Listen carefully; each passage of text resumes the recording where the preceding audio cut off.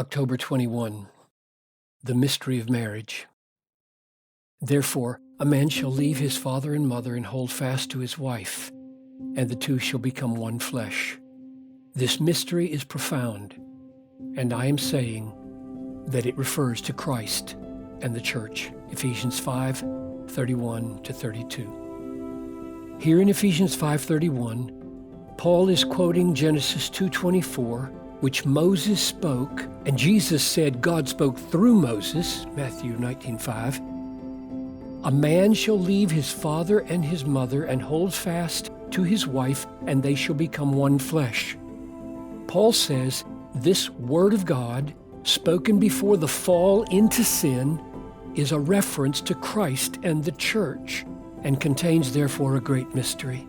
What this implies is that when God engaged to create man and woman and to ordain the union of marriage, He didn't roll the dice or draw straws or flip a coin as to how they might be related to each other.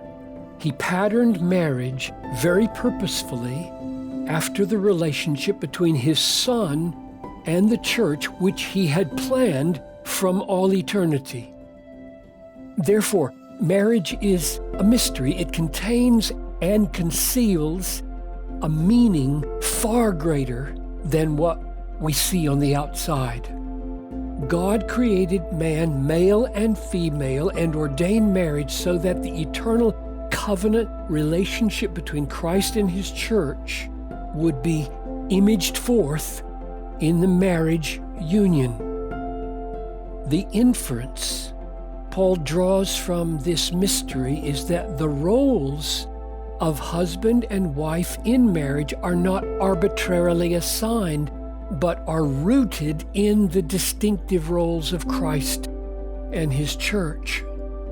Those of us who are married need to ponder again and again how mysterious and wonderful it is that God grants us in marriage the privilege to image forth stupendous divine realities, infinitely bigger and greater than ourselves.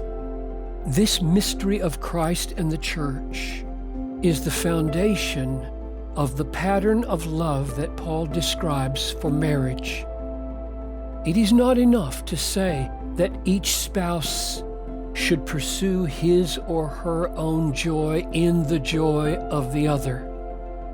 That is true, but it is not enough. It is also important to say that husbands and wives should consciously copy the relationship God intended for Christ and the church. That is, each should seek to live after the distinctive model of Christ's pure and glad design for Christ and the church. I hope you will take this seriously, whether you are single or married, old or young. The revelation of the covenant-keeping Christ and His covenant-keeping church hangs on it.